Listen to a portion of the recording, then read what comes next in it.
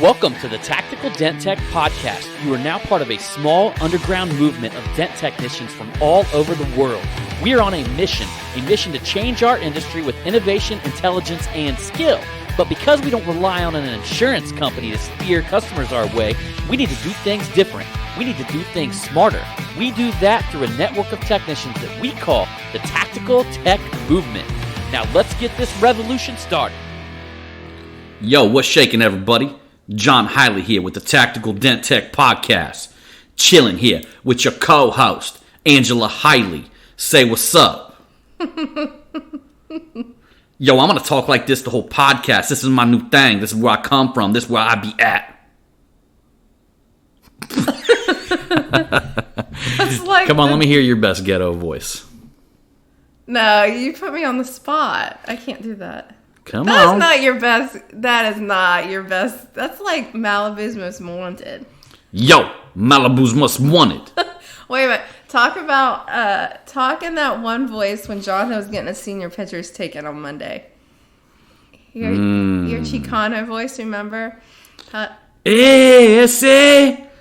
What are you doing with that, Holmes? No, he actually, it's so funny, he took photos with, he took his senior pictures on, what was that, last week sometime? No, it was this week. It was on Monday. All right, so it was on Monday, so it was like literally a week ago. Or 3 days ago, let's say. But yeah, he actually did this thing where he got some flannels, and I talked him into doing the one button up top. Yeah. And if any of you guys are like me and Wade Hartley out there, we're big Vato Loco, Viel Picasso, Blood In, Blood Out fans. Hey, Milkweed, we grew up on that. What do you mean, blood in, blood out, Holmes? What you say, Milkweed? I grill my cheeseburgers on the front porch, essay. So... That was really good. So, yeah, John was taking pictures, and the whole entire time he's taking pictures with a photographer, I'm the one who's responsible with bringing out his real smile. Yeah, you were making him laugh. Yeah, I was doing all kinds of stuff in the background, like looking over the photographer's shoulder and making faces at him, chasing squirrels. Anything I could do to make him laugh. Stepping in dog poop. Stepped in dog shit. Just a little bit of it, though. It was like, oh, and you want to hear the funny part? The reason why we figured it out, she farted in the car. She farted in the car. Well, what people don't realize. And while I was sitting there, I was like, your fart stinks. I was like, no. I was like, somebody stepped in dog poop. And then it turned out, I was like, ain't nobody stepping no dog poop. I get over to Chick-fil-A, I look at my shoe, there's dog shit. Sometimes what happens is I was nervous, and I actually get nervous toots, like I do. So like when we were there, we call her the trumpet around here. I told John it happened when he was, or the morning tubas.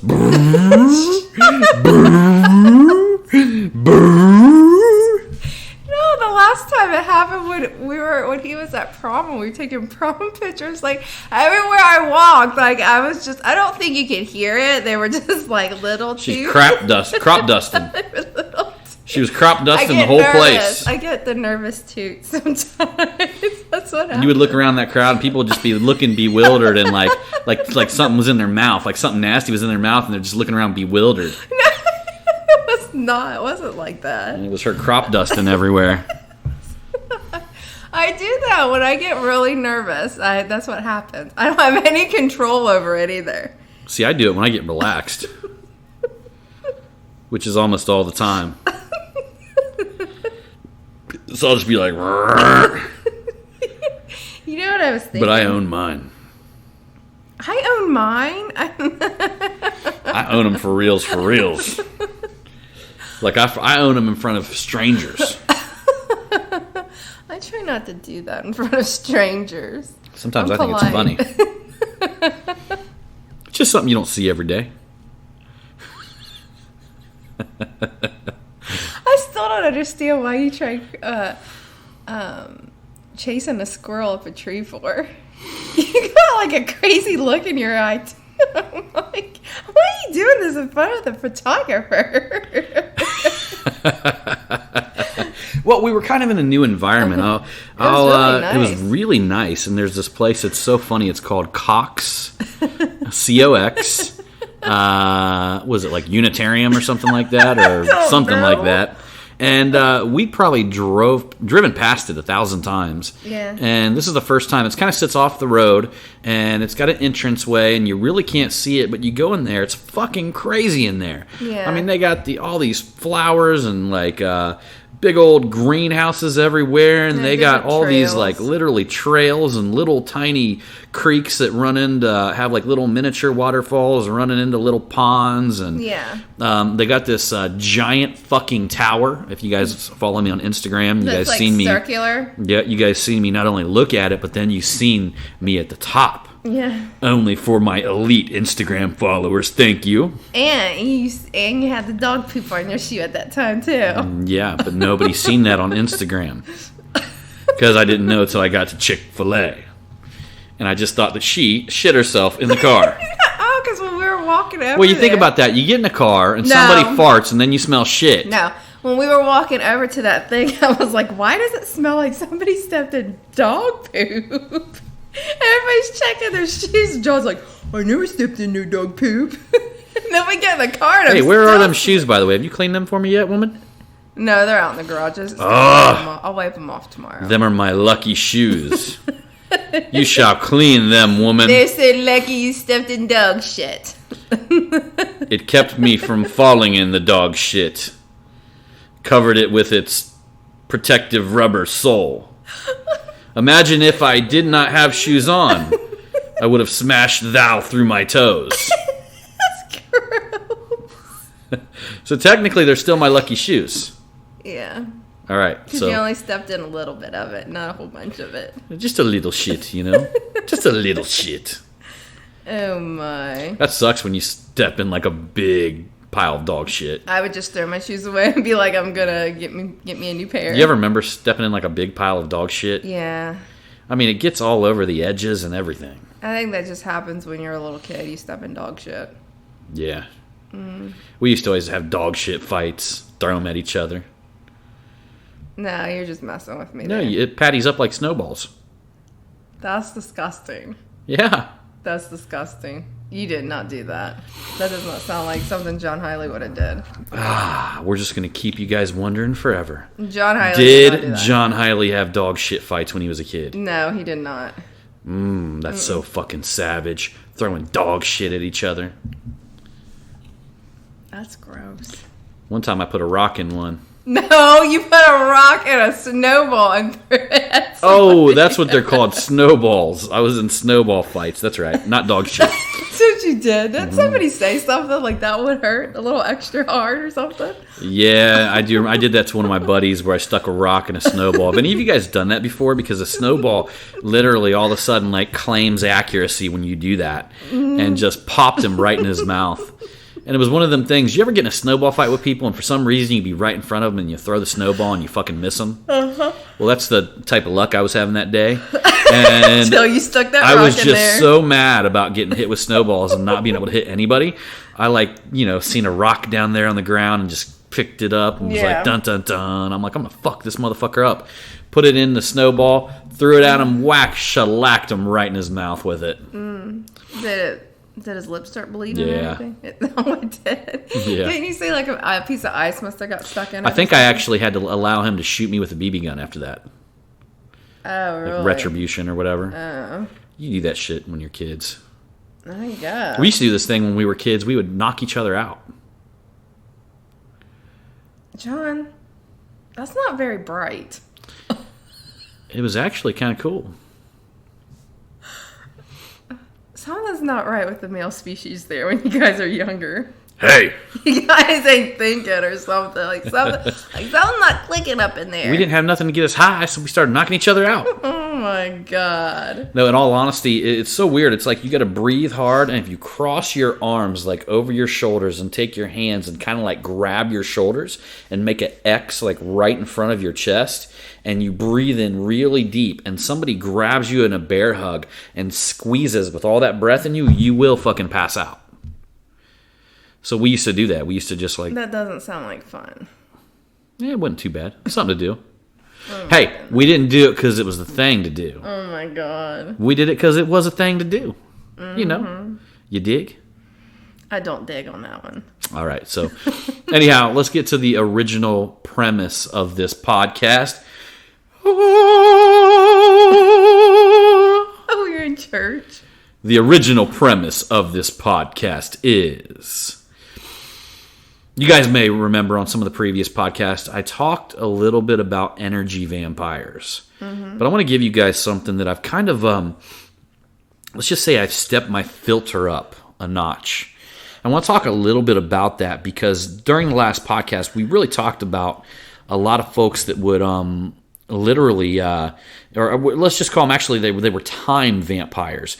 They were literally stealing time from you, taking time, which is energy, taking time and stealing it from you. And you guys, all of you know somebody that has done this to you, whether it is a client, like a real needy client who wanted to like suck up all your time possible. He wanted everything, or she wanted everything delivered over the moon, but didn't really want to compensate you or give you anything in return. So meaning that they were just trying to take, and give as little as possible. Well, that is an actual type of person. But something that I've been paying attention to lately, as many of you guys know, I talked about in some of the previous podcasts, I've been listening to quite a bit of Ralph Waldo Emerson. And it's very, very interesting. His stuff is hard to listen to, but once you listen to it 5 or 6 times, things start kind of like tying together.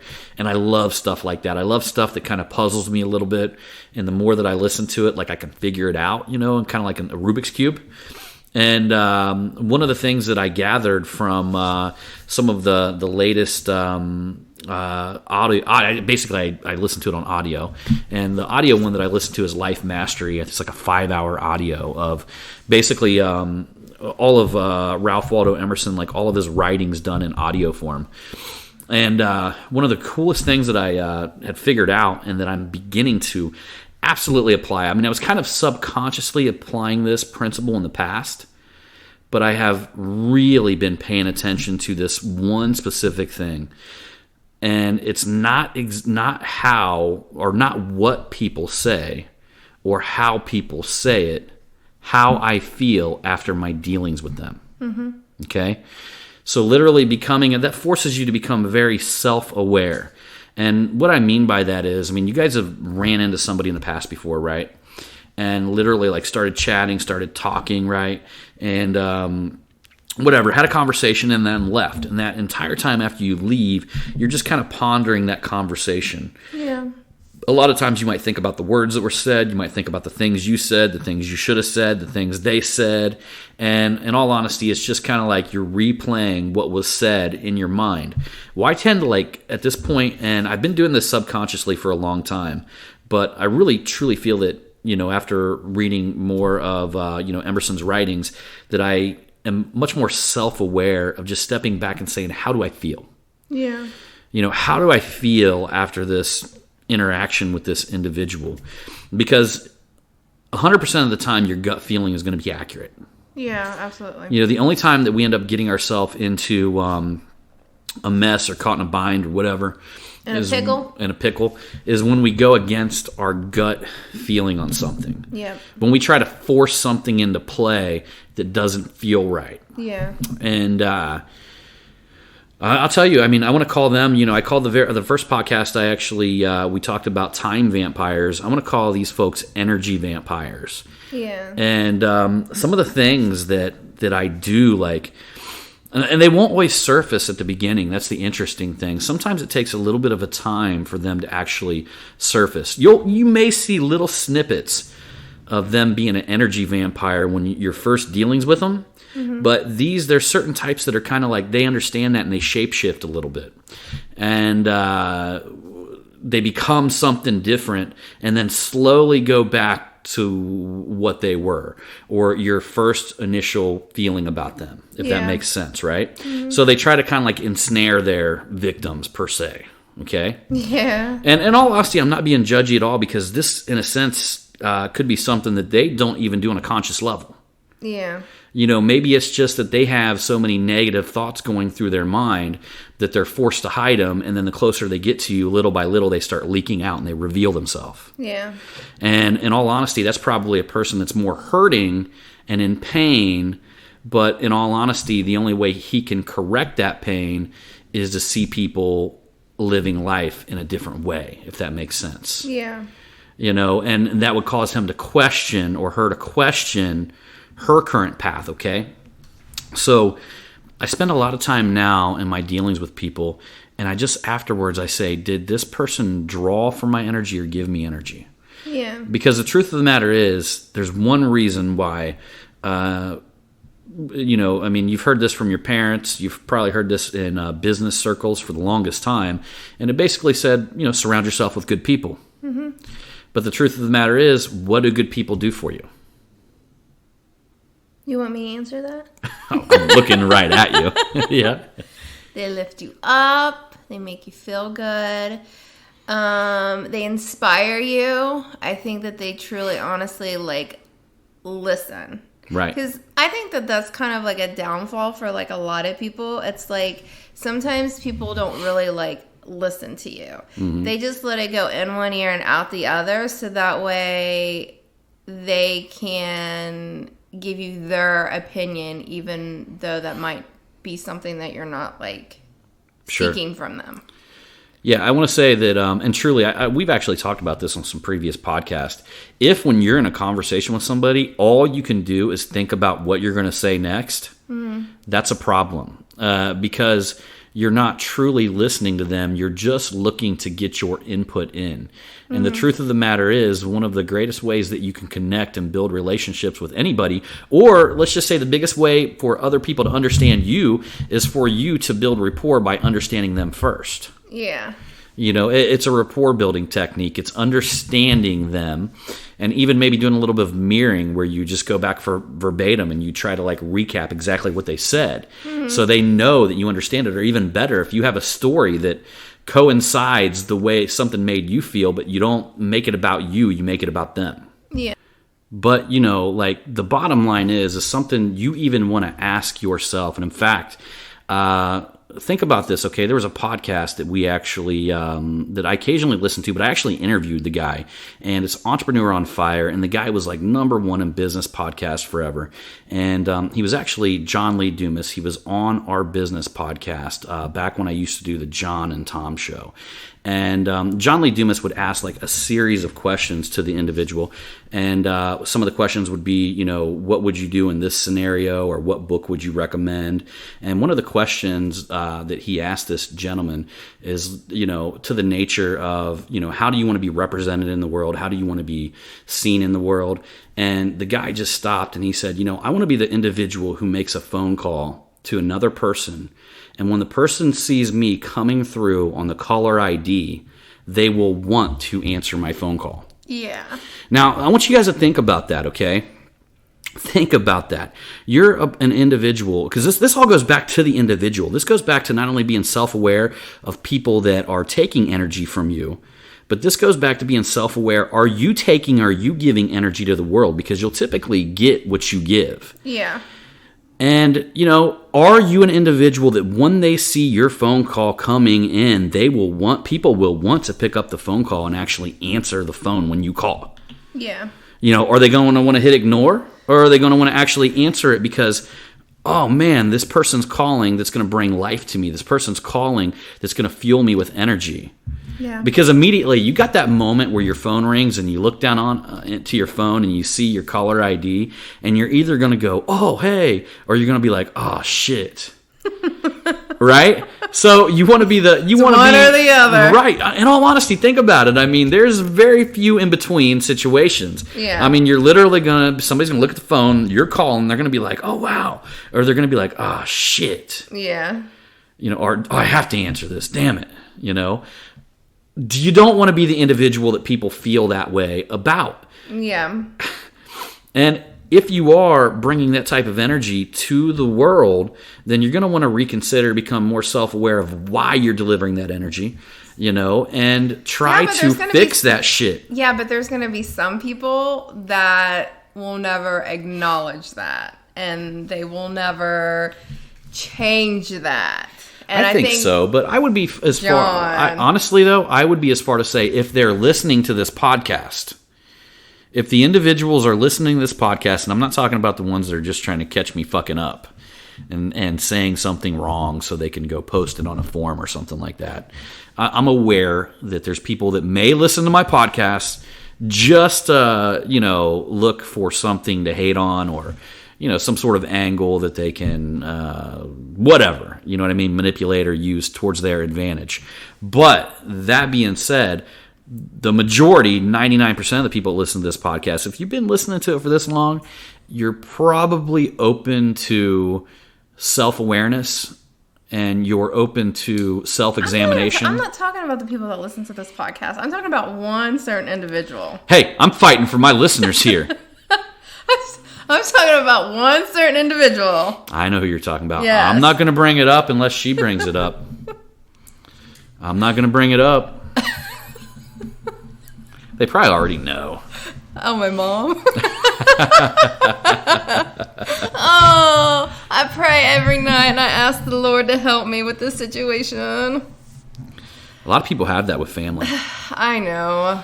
I mean, it's not uncommon to look at, because family, they tend to, this actually, I was talking to a guy that was in our mastermind group the other day, and he had a similar situation, and it was something kind of spiteful that, I'm just going to try to be as vague as possible, that his mother or his father would say. Yeah. And, it was something spiteful, like little jabs here and there. Yeah. And you could tell that it bothered him. And, we talked about it, kind of cleared the air, whatever. Yeah. We cleared the karma in the room. But, that being said, it's probably the most common negative situations you can potentially get yourself in. I've even heard people talk about, in one of my business groups back in the day, we had another kind of like, it was like a miracle morning group or something like that. And if you guys don't know about the Miracle Morning, it's like a book written by Hal Elrod, and it's like a morning ritual type book or whatever. It's actually phenomenal if you guys get a chance to check it out. But was in the group with this lady, and the group was really intense and talking about like really deep shit. And kind of turned into this Miracle Morning accountability group, and then it went into like this whole spiritual, deep, connection talk and all this kind of stuff. And she would talk quite a bit about how when she would present like her new business ideas to her mother would always shoot them down, basically. Yeah. And I remember to this day, the one who said it was the one who was leading the group, and that was, if any of you guys remember my John and Tom podcast, we talked about this earlier. It was Tom Rubens, the business coach, and he stopped her and he said, "Stop talking about business with her." Yeah. Stop going down, and even if she brings it up, casually change the conversation. Yeah. Turn the conversation into something that you can keep it won't simple. Go to that level. I mean, there's some people you got to hide parts of your life from. Oh, I know, because like they what it is they'll never understand, or they will never acknowledge you in that light. Yeah. And for some reason they perceive you as being this type of person, and that's it. Yeah, my mother, for instance, God bless her soul. You guys know she passed away a few years ago. Has it been a year? It's been about a year ago. She passed away last September. I'm horrible with dates, as you can see, or you can hear. A few years ago. She passed away last year. Would have been last September, yeah. Okay, well, I'm horrible with dates. Apologize. But that being said, she was, I loved her to death. I mean, she was very hilarious. But she had these interesting things about herself, and she always could get underneath people's skin, like my brothers and my sisters. She could always get under their skin, but she could never get under my skin. No, because it's really hard to get under my skin, Yeah. Especially little slight comments and stuff like that, And I just remember like she was her name was Nidra, and I nicknamed her Negative Nidra. Because any idea that you brought up, you would say something like, I'd be like, hey, Mom. I'd be like, wouldn't that be cool to win the lottery? And she'd look at me and she'd be like, well. She's like, then you'd have to worry about people kidnapping your kids. And, it could be anything that you were talking about. Like, hey, Mom, this parfait is good. Well, until you eat too many of them and you get fat. Right? And regardless of what it was, she always tended to find the negative perspective. And I thought it was kind of hilarious. Like, I started kind of like playing a game with it, and... But I think what it was the stuff that she said. Like, the stuff that she said, I don't think it was like something that would like really like intentionally try to hurt you, because whatever, it was like silly stuff that came out of her mouth. It was never something that would really kind of like cut you to the core. Now, if you look at my dad, on the other hand, which is, many of you guys know I was adopted by my grandparents. Way earlier podcast. But this is I was literally adopted when I was like 6 months old by my grandparents. So I've always called them my mother and my father because they adopted me when I was basically a baby. And they actually had me when I was a baby. So they adopted me when I was 6 months old, but they kept me, from a baby. Like, him and her are all that I ever knew, right? And all that I ever remember. But, interesting thing is, my dad was the exact opposite. Like, he would light up a room when he walked in, and you always felt positive after dealing with him. Like, everybody in town loved him. It was the weirdest combination of people that, look, like, I look at this, and you guys know how we do things. We do some crazy shit, but I look at the things that they were doing back then, and I'm like, this was really interesting. Like, he would literally be in his garage, and he spent all the time in his garage. He was one of them. He was like a man's man. He came in when he wanted to. He went and done his own thing. He never asked permission to do shit. He just done what he wanted to do. Yeah. Right? And she was okay, like an old school woman. You know what I mean? And she'd get pissed off and get mad at him if he head off and took off downtown, and went to the bars. She would get mad at him. He'd do that occasionally. But she'd be over it within a couple days, and it's not like today when everybody's like ready to get a divorce over some dumb shit like that, right? I mean, it was old school. I had the privilege to grow up in an old school relationship, and literally in my dad's garage, he would have the town's drunk. I mean, I'm talking about the dude who is the drunkest dude in the entire town, who didn't have a home. He actually, one of them lived, my dad let him live in a trailer at his car dealership. That was Smitty, right? No, that was Red. Okay. So that was Red. We've talked about this before. But he would have Red living at the car dealership, drunker than shit. I mean, he'd get stumbling drunk, but in the same time, a millionaire would walk in, and he was the owner of wrecking yards, and then another millionaire would walk in, and then another guy would walk in that was like, the town bum who would just be there to sand cars, to drink beer. And it was a melting pot of the most interesting type. So I actually got to see kind of like a mixture of what millionaires do when they're sitting there talking and bullshitting with people that don't even have a pot to piss in. Yeah. And then everybody in between. Yeah. So that was my growing up. And the reason why they all cultivated in that little garage. Yeah. Well, it was like a 3-car garage, but, get to say, it was like, essentially, it was a residential neighborhood. Yeah. But the reason why they were there is because they all gravitated to one person that was there, and that was my dad. Yeah. Like, all of them had something in common. They all felt like they were his best friend. Yeah. He had little personal relationships with each and every one of them. And what are you laughing about? Tell them that time that your dad found that box of dildos.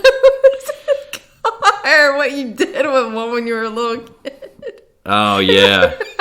My dad literally, when I was a little kid, he actually, he didn't find a box of dildos. One of his buddies bought it as a gag gift and literally bought them as a box of dildos. And when I was a little kid, I actually found this box of dicks.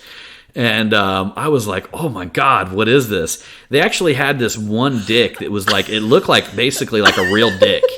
And it even had balls on it. And I used to get all the neighborhood girls around, and I would, we had all these little girlies running around our neighborhood, would hang out and come up into my room. I would actually go hide and put it and zip it up in my pants. If you could imagine, like there's this dick, and I've got the zipper zipped it up, because geez, my dick, I wouldn't want to, I wouldn't want to go run around showing that thing off compared to this thing. And I'd literally run out of my closet, and all the girls would be like, ah! And then I would literally, like, my dad would have all these guys out in the garage. I would stick my head out the window, and I'd be like, hey, motherfuckers! And I'd pull my pants up there, and I'd stick this rubber dick out the window. I'd be like, look at this! And one time, literally, I'm like 10 years old. So I'm like 10 years old or something like that. I go down there, and my brother-in-law, Alan, looks at me. He goes, dang, boy. He goes, you ain't doing too bad for your age. That's what I was laughing about. The box of rubber dicks. Good times. Oh, shit. Okay. So anyhow, that was the contrast, you know what I mean? So I knew firsthand what it felt like to be around somebody who, tend to be a little snarky, a little negative at times. Yeah. More with her kids than anybody. And then somebody who was absolutely, like, I can remember just very few times that my dad ever punished me, yelled at me. In fact, he was like one of them guys. He would get out there, he would get drunk, and he'd become one of them people that promise you stuff when he was drunk and then buy it for you the next day. Mm-hmm. So I'd have him, like, next thing you know, my mom, and I'd come home, I'd have a parakeet. And she'd be like, what the hell did we got a parakeet for? And my dad would be like, oh, John asked me for one last night. Next day, I'd have a skateboard. Oh, John asked me for one next night. Next day, I'd have a wiener dog. Oh, John asked me for one last night. You really did have a wiener dog? Yeah, we had a wiener dog. She gave it away, told me it ran away, and gave it away later. That's what would happen. I would get this shit, and then my mom would find a way to give it away to somebody. Like, it would be with me for like 2 weeks, and then it would just flow through this cycle. Next thing you know, I don't have a parakeet anymore. My grandma's got a parakeet. Wait a minute, what'd you... Wait a minute, what did So I got to go see my parakeet over at Grandma's house. What did you name the wiener dog? What did we name that? Spotty? Spotty the wiener dog. Was it a puppy when you got it? I think it was it was one that we got from the pound. Probably wasn't even a real wiener dog. It was something similar. We didn't do shit like that. But didn't your mom give it to like one of the neighbors down the street? Yes. And she was always afraid that when she was driving me by there, she's like, oh, I hope he doesn't see Spotty this time.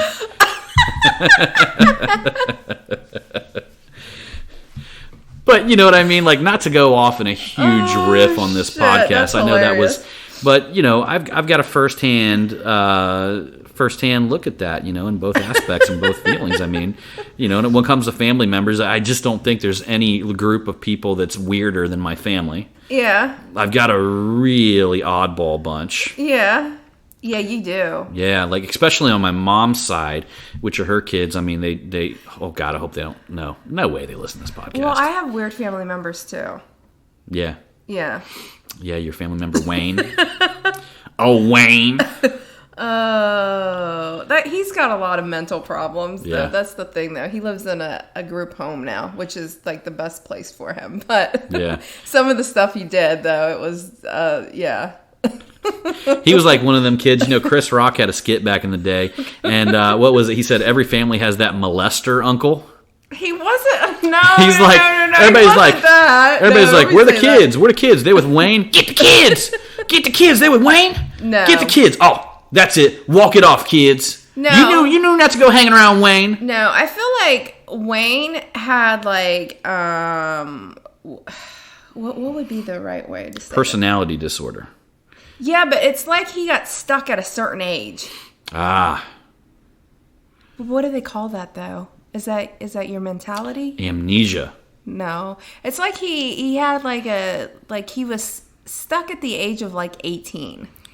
Ah. Maybe like 16, 18 years old. That wouldn't be a bad age to be stuck at. Yeah, but, when you're a grown... Well, let me ask you a question. If you were stuck at any age, where would you want to be stuck? I like the age that I am right now, though. That's what I was going to say.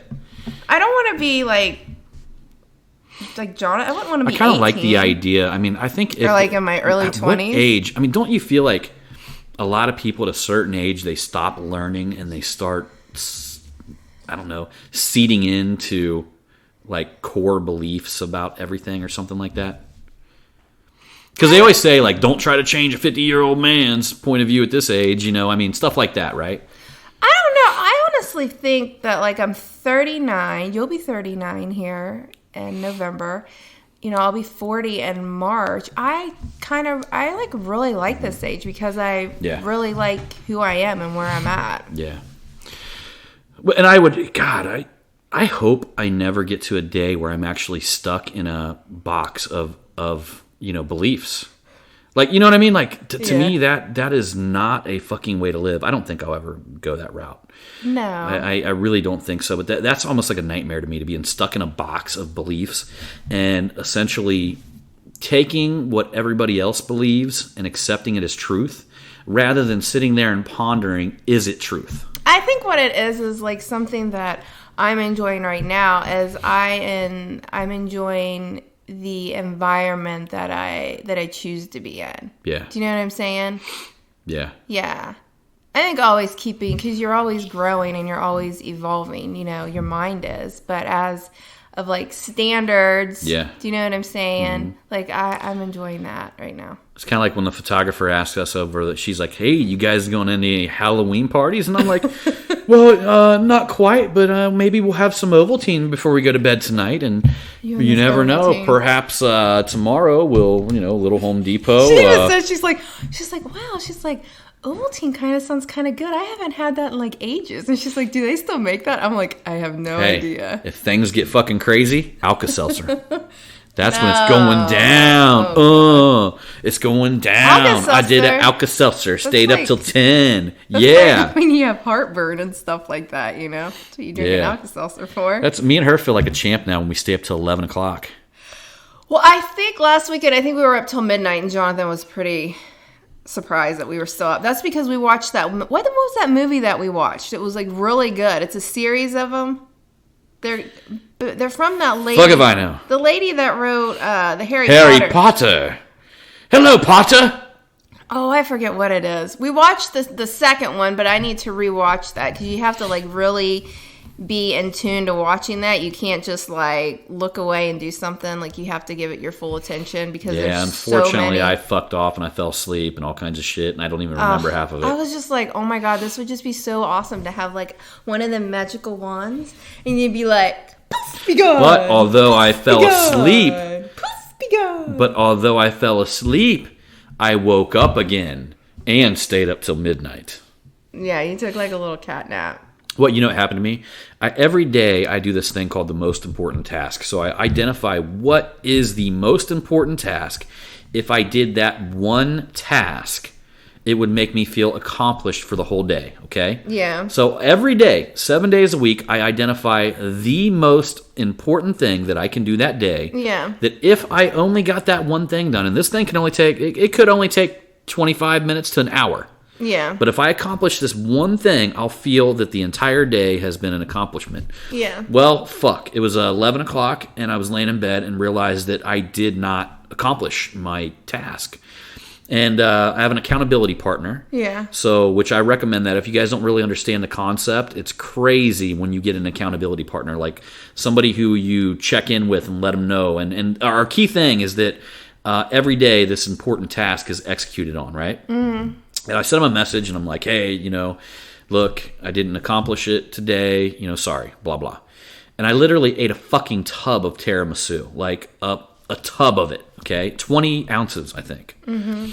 So he messages me right back, which is rare because he's like a multimillionaire, and he's normally just doing crazy shit on the weekend, like flying helicopters and all this kind of shit that he does. But he messages me right back and says, why? Oh, the fucking why. I could have sat there and wrote, what a lot of people do. This pisses me off, too, because I am actually, I keep some people accountable, too. That's kind of my way of passing it on. But I could have wrote him back, oh, man, well, it was Saturday and all this happened, and then I was super tired, and I was trying to catch up for the week, and then I had this car that I had to finish in the morning, which I did, that lasted more days. I had all this stuff happen, all these things, moving into a new shop. I could have said all of this shit. Yeah. But I sat there and thought about it and said, why? And yes, I did have time to do it. There was time in my day that I squandered on something that I could have done that. So Yeah. what did I do instead of answering him at that moment? I went down, got my laptop, and did my most important task in bed at 11 o'clock at night, and that's why we stayed up till midnight. Did you tell him that you did it then? I did, yeah. Oh, Yeah. that's good. Yep. That's really good. You need somebody like that because you're not going to listen to me like that. Right. You're not going to listen to your Well, wife like that. In all honesty, it didn't really have anything to do with, I'm sure if I would have told him, he would have just been like, oh, okay, man, we'll have a good night, you know? Yeah. But he was, that's the way it is. When you surround yourself with people with big minds, bigger and better and stronger minds, talk about surrounding people with great energy. When you surround yourself with these type of people, they cause you to ask yourself that question, right? Yeah. You know what I mean? They bring the best out in you. Yeah. And that was his way of bringing the best out of me. And I messaged him back and said, hey, man, just want to let you know I finished it. Thanks for the nudge. Appreciate it. That's awesome. Yep. Hey, why don't you tell everybody about what this Sunday is? Would be our anniversary, right? Yeah. Of the first time we met. Yeah. And it would be 19 years, right? Yes. Motherfucker, I got everything right. Yeah. But do you remember how we met that night? Of course I remember how we met. And how did we meet? Met at some dumb bitch's house. It was a gal that we both knew. Oh, I mean a gal that we both knew. Yeah. I was really surprised you was hanging out with that dumb bitch. I mean that gal that we both knew. John. She was the whatever you want to call her for the reason to bring us together. That's right. Nah, she was actually nice, but she was kind of a interesting person. She was kind of floozy. Yeah, let's just say that on our list of, I don't know, we had this list of girls that we would, you know, as guys, you got your little black book, right? Oh, God. Well, you got this kind of like this hierarchy in that little black book. I threw that thing when we got together. Threw that thing away So, when we got together. in the hierarchy, she was at the bottom of the hierarchy. So we would start with like the top level ones, you know, and then, man, you know, shit ain't working out, right? You know, it ain't like it used to be. You know, back then you actually had to fucking work for the shit. You had to write everything down. Mm-hmm. So we're going through, making our phone calls. We literally got down to her. Yeah.